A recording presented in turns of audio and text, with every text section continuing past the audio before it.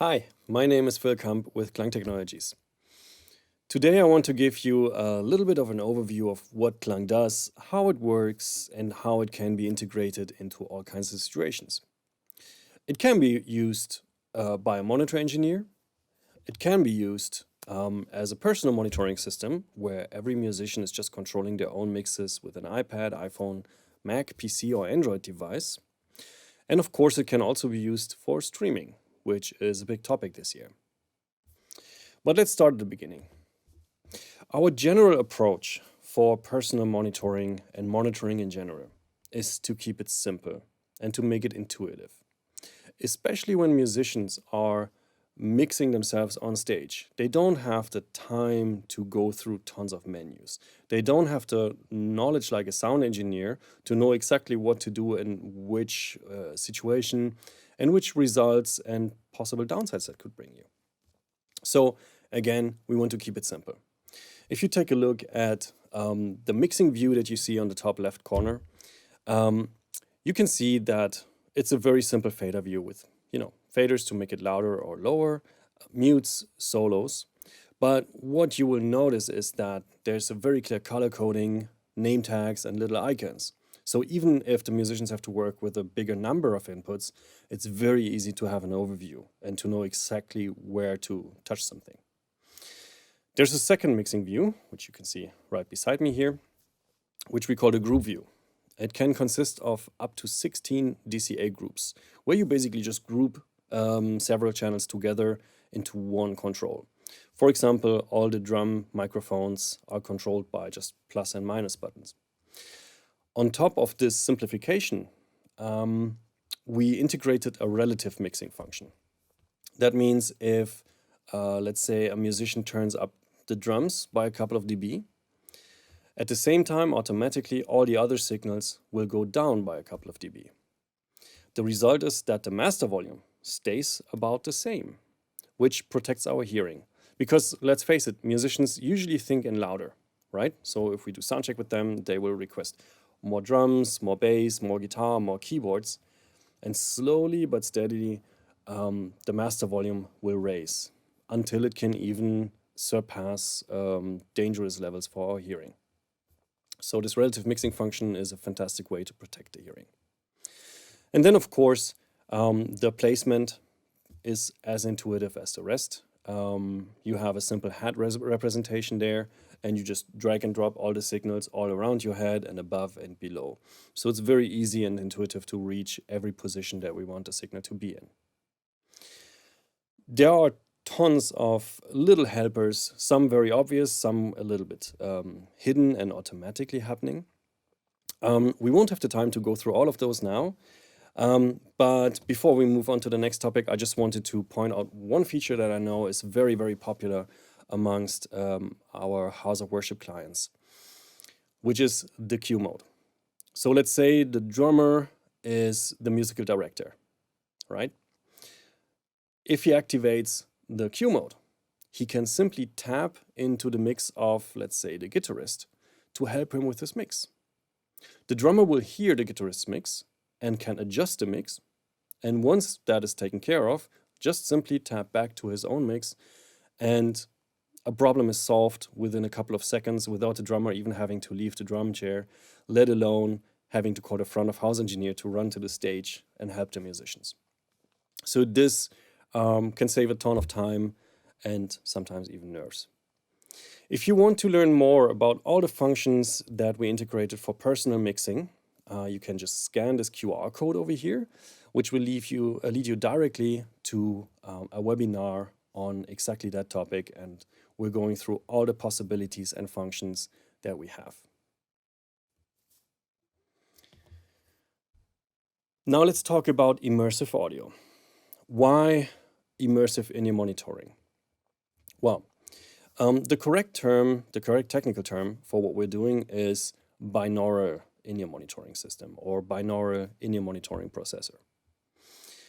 What are the benefits and how does it work? Let's take an example from real life. I'm sure you remember cocktail parties. We used to have them a lot, and I'm very sure and very hopeful that we will have them very soon again. Let's say I want to have a conversation with a friend. at a cocktail party. We're standing in the middle of a large group of people. Everyone is chatting, there's clanking of glasses, there's laughter, there might be a DJ that is playing music. And the whole noise floor is potentially louder and higher than the voice of my conversation partner and me. Can we still have a conversation? As you know from personal experience, yes, you can. But how? Our brain is able to focus on certain angles of sound that arrives at our head. So whatever is interesting or relevant to us right now will be isolated in our perception. So the voice of my conversation partner would be perceived louder and clearer than it actually is. And all the noise around us will be toned down a little bit. It's not completely ignored, but our brain makes sure that only the relevant information actually is perceived by us. This protects us basically from a sensory overload, right? How is that even possible? How can we even find directions and isolate directions around us? Because we only have 2 ears, how can we hear three-dimensional? There are 3 factors that our brain constantly analyzes in the audio that arrives at our ears: level, time, and coloration. If a signal is coming from over there, it will be obviously perceived louder by this ear than by this ear. Also, a signal coming from there will arrive first at this ear and then at this ear, just simply due to speed of sound. And then we have the coloration aspect. So every angle of sound that arrives at our head gets reflected by certain points of our earlobes into our ear canal. And depending on the shape and consistency of those points, every angle of sound has a very specific frequency signature. And our brain is using this specific frequency signature together with time and level information to calculate an angle. And this is how we even possible to localize sounds around us. Also, there are certain areas around our head where we as human beings are specifically sensitive to. One of the most powerful regions and areas for that would be in front of us and slightly higher. So for me, it would be roughly this area here. When I was a kid, my parents were talking to me from an elevated position in front. So some of the very first crucial signals that I received as a young human being came from that area. So my brain is conditioned to always pay attention to what comes from this area automatically, and this will always have a priority. We can use that in mixes to place crucial instruments. If we think about a mono or stereo mix, if we want to have a priority, let's say on the vocals and the piano, we have to turn up the volume. There's no other way to create a priority. And that kind of picks apart our nice balance of a mix. Okay, so it's not a very elegant way to do it. In a binaural mix, we can just place those signals in front and slightly higher, up here, and we don't have to turn them up so loud in the mix to have a clear priority on those signals. The same is true for the opposite area, basically. So behind me and a slightly lower, there's an area where I perceive sounds as not important, but also not dangerous. So I can place all the signals that I don't need to clearly monitor, but they fill my mix into that area. And I can turn them up quite loud in a mix, even louder or more present than I would be able to do it in a stereo mix, without losing the priority and the focus on those signals in the front over there. And that allows me to have a very even mix with the possibility to hear all the signals clearly without having to change the levels and without having to have those weird level relationships that you sometimes see in stereo mixes. Another factor would be hearing fatigue or listening fatigue. I'm sure you know out of experience this weird effect that when musicians are on stage for an hour and a half, and they used to be fine with the mix that they had or that they were provided with. But after a certain amount of time, some musicians will start to ask, hey, did you change something in the mix? Even if you know that you didn't. Well, a stereo mix has all the signals crammed between left and right ear. All the signals are laying on top of each other. They're masking each other. There's not enough transparency. And it's an active process for our brain to pick apart all the signals that we need to hear and need to understand. And after a certain amount of time, our brain basically just gives up on that because it is too tiring, right? In a binaural mix, however, all the signals are placed all around us, above us, below us. So first, there's much more space for all those signals. There's much more room. They're not sitting on top of each other. They're not masking each other. So it's much easier for the brain to digest. Also, sorting out those signals is a passive process for the brain. So it's happening in the background of our mind. And the results and all the cleaned up signals are essentially presented on a silver platter to our perception. So this passive process is much easier for the brain. It's not as hard, it's not so tiring. So we don't get tired from performing. We get tired from lights, from heat, from being nervous and all that stuff, but not from the part of listening anymore.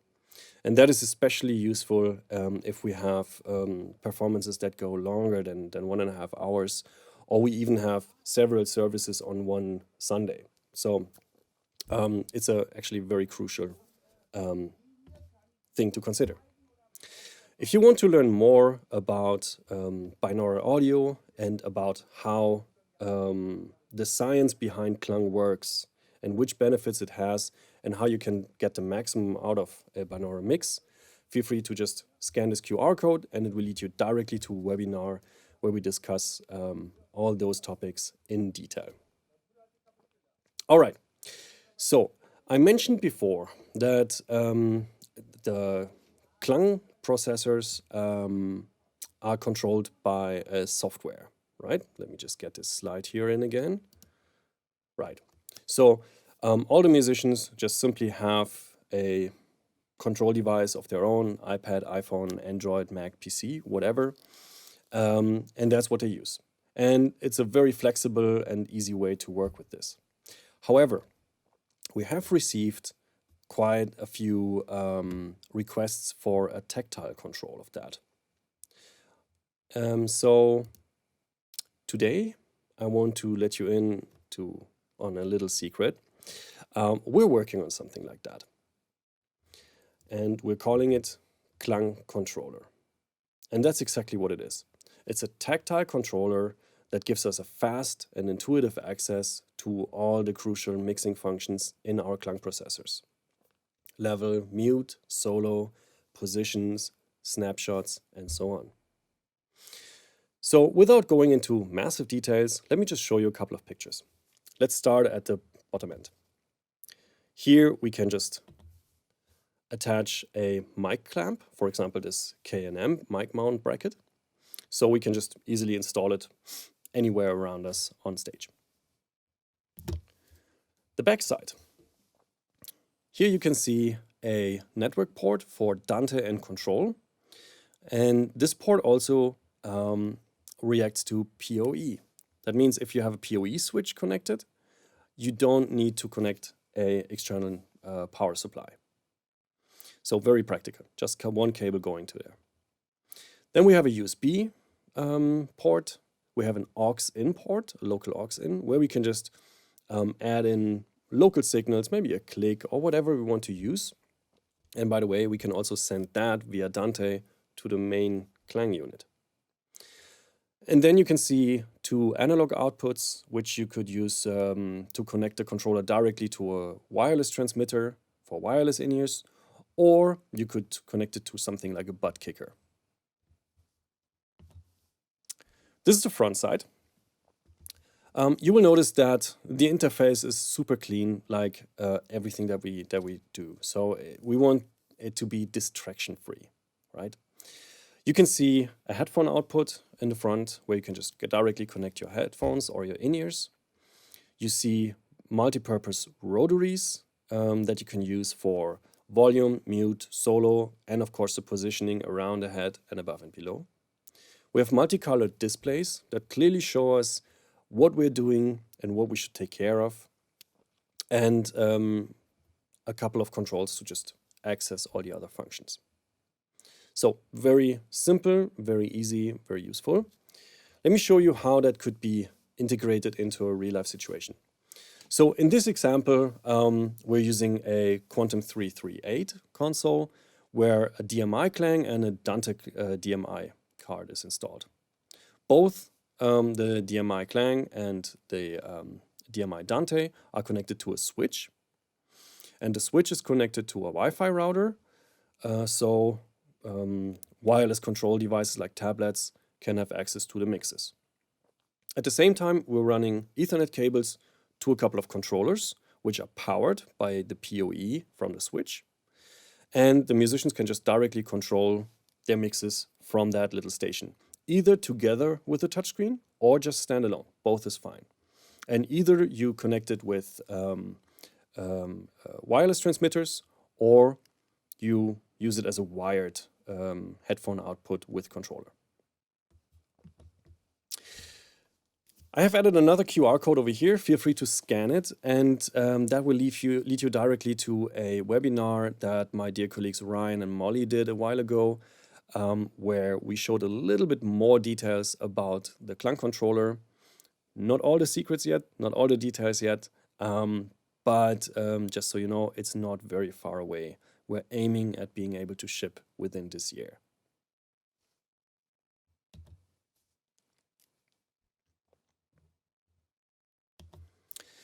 So, how can we integrate KLANG products into your existing or future technical environment? First of all, we need to take care of the audio connection, right? So we're using an audio standard that is compatible with your KLANG unit and your mixing desk. It could be, for example, for Klangfabrik, MADI, Dante, or ADAT. For KLANG 4, it could be Dante or ADAT. And for DMI KLANG, there are multiple possibilities. You could install it directly into a compatible digital console, like an SD12 or a Quantum 3, 5, or 7, or directly into an S-series console. Otherwise, you could use a Digico Orange box with a DMI card for I/O. There's a whole range available that you could use for that. Let it be MADI, Dante, Optocore, and a couple more. We would control everything from a device that can be directly connected via network to our KLANG processor. That could be, again, an iPad, an iPhone, a Mac, a PC, or an Android device. And to send the mixes to the musicians, we simply connect wireless transmitters either to the analog outputs of Klangfabrik and KLANG 4, or if we have Dante-enabled wireless transmitters, we can route the mixes out via Dante.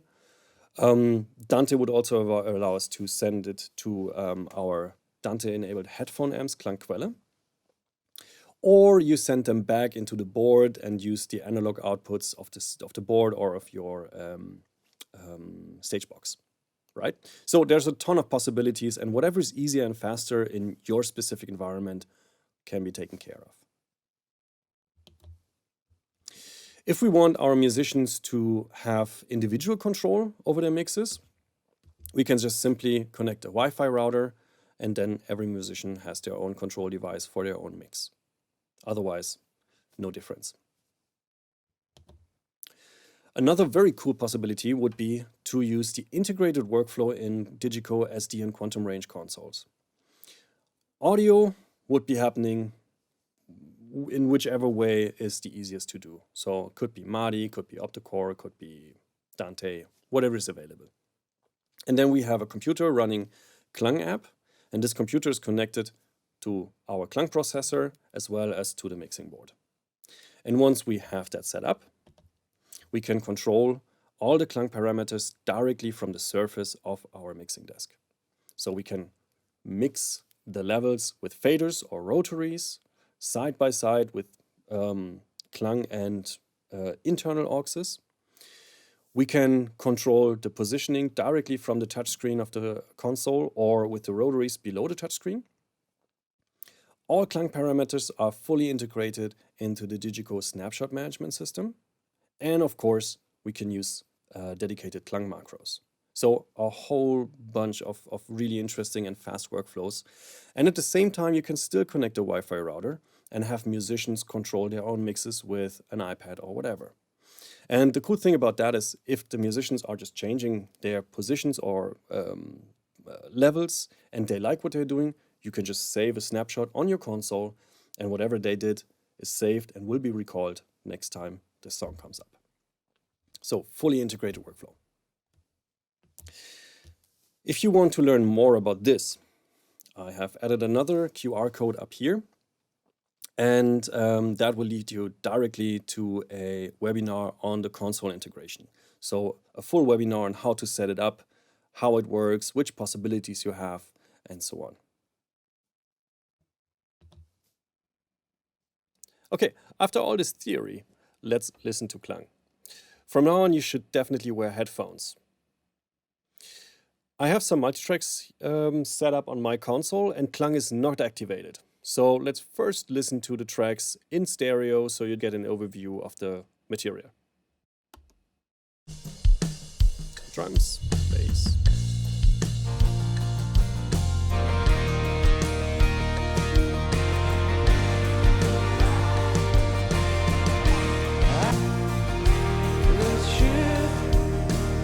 That's the mix. Let's jump over to the input channels and activate one channel at a time to Klang. I have set up a macro for that.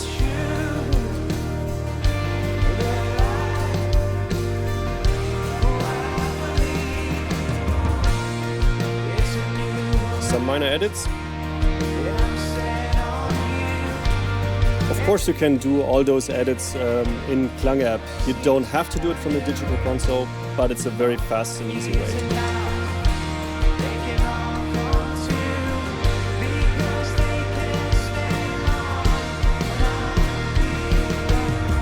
You can feel how everything gets lighter, more relaxed, and gives you more room.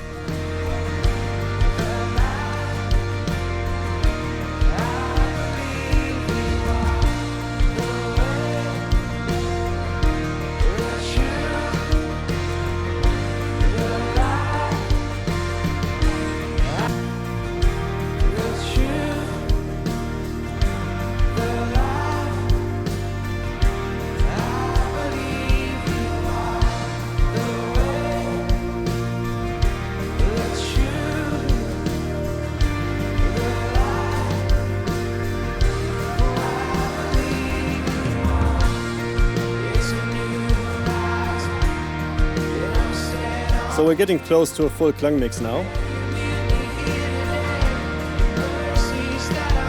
Next step will be to compare and go back to the same stereo that we started with.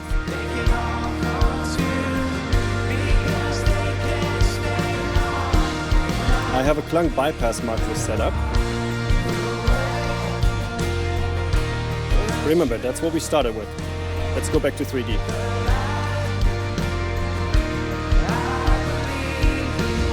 Again.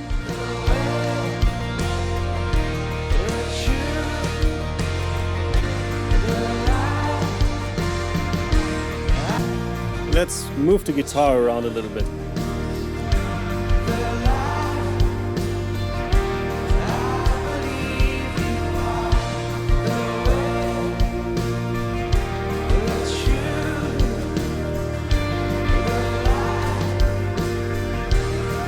Let's exaggerate the ambience mics and effect returns to create a really muddy and dense mix and compare that between stereo and immersive.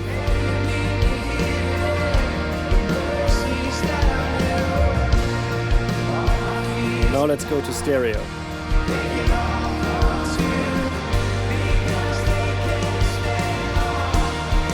And back to Klang. Much more separation and definition.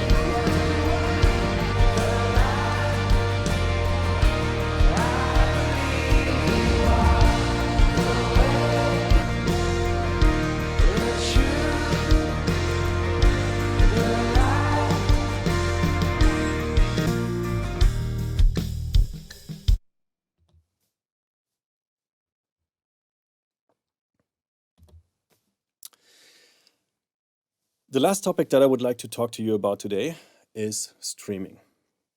2020 has been a little bit of a challenging year for all of us. And one thing that we all miss in the audio world is just having concerts, having services live with people in the room. However, that might not be possible all the time for a little while. So a lot of people are turning into streaming. And at first glance, streaming seems to be like a very easy way to do things, right? So we connect our inputs from stage to our mixing desk, and instead of connecting the mixing desk to a PA, we connect it to a streaming server. And that is what is going out to the audience at home. However, the result is that the members of a congregation or a fan of a band is just sitting at home monitoring what is happening at a faraway location without being a part of the whole thing. And it's very hard to really get them to feel like they're in the room and, enjoying it in the way that they're used to, right? Since we are so sensitive through our ears as human beings, having a immersive sound is a very crucial element of feeling like being somewhere else and being in a different situation and being immersed into not just sound, but into a situation, right? And KLANG processors can be a very, very easy and pretty cool tool to make that much better for the audiences home. It's very easy to integrate it. We send the inputs from stage into our console, like we would always do. And then, for example, we can send direct outs post-fader from the console into our KLANG processor, and the output of the KLANG processor goes to the streaming server. And the audience can be immersed in all the sound around them that you are setting up as a front of house engineer or broadcast engineer in this case, right? So not only can they be, virtually in the audience and be a part of the whole thing, and maybe even close their eyes and just, feel like it used to be and how it will be again, hopefully very soon. But we could also place them on stage and make them feel like they're in the middle of the band, right? So the possibilities are completely endless. All the advantages that I talked about before for in-ear monitoring are, of course, in the same way possible for a remote audience at home when it's streamed through KLANG. So more transparency, naturalness, which is a very big factor, no listening fatigue, lower levels. But at the end of the day, a relaxed sound, because the sound that they're getting is not a stereo mix, which always feels artificial to our brain, but it's an immersive mix that feels exactly how it would be, being surrounded by sound in an acoustic day-to-day situation.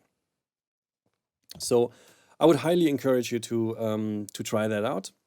You can also scan this QR code that I have over here, which leads you to another webinar on streaming services. In that webinar, we're talking about all the different techniques and possibilities to get the maximum out of a streaming situation. Of course, you can always get in touch with us to ask further questions. Please use the time that we have this on this virtual trade show.